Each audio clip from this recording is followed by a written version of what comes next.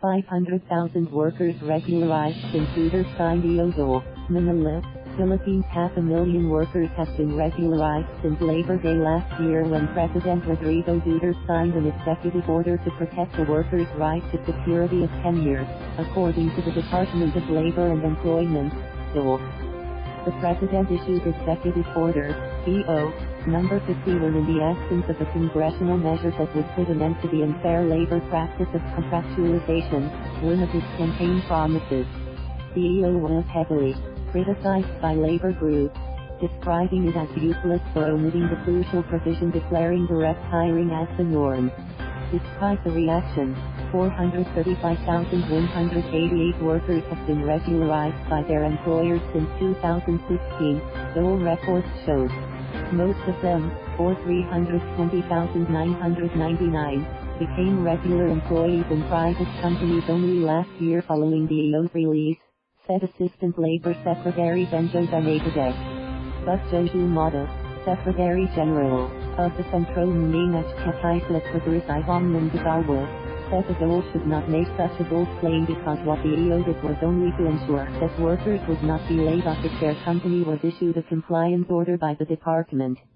Fairest, fastest. It's difficult to argue that it left square bracket one of the reasons right square bracket why workers were regularized because the reality is many of those regularized were due to Dole's compliance orders, Mata said.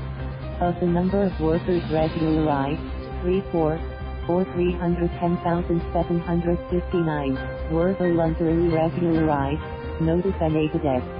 The Dole widely promotes voluntary regularization as this is supposedly the fairest, fastest and less costly way to improve the lot of contractual workers. We encourage voluntary regularization because workers and Dole can litigate these cases all the way to the Supreme Court, Benavidez told the Inquirer. Take the case of Ecop Incorporated, which the Dole hailed into court last year for supposedly engaging in illegal contractualization and for refusing to grant regular employment status to its more than 7,300 workers. To this day, Benavidez lamented that none of Ecop's workers has been regularized, as the petition for review of the case against the telco giant was still pending in the Supreme Court. The official noted that as much as possible, the Dole would try to avoid filing cases against companies. He cited past experiences showing that what Dole gained was mere paper victory. That happened to Dole Philippines, where the petition workers fought for no longer existed. They won their case in 2006. In cases of voluntary regularization, the Dole sits down with the company to discuss its program and commitment to regularization. An example is the giant shopping mall chain SM, which has already regularized in less than a year 11,000 of its workers, mostly cashiers, baggers and sales clerks, according to Benavidez. These workers have been verified by labor inspectors as real warm audits, and not just mere names submitted to the Dole by the company. Deal with Ecop in exchange. The companies will be exempted from labor inspections for 3 years, unless a complaint is filed against them.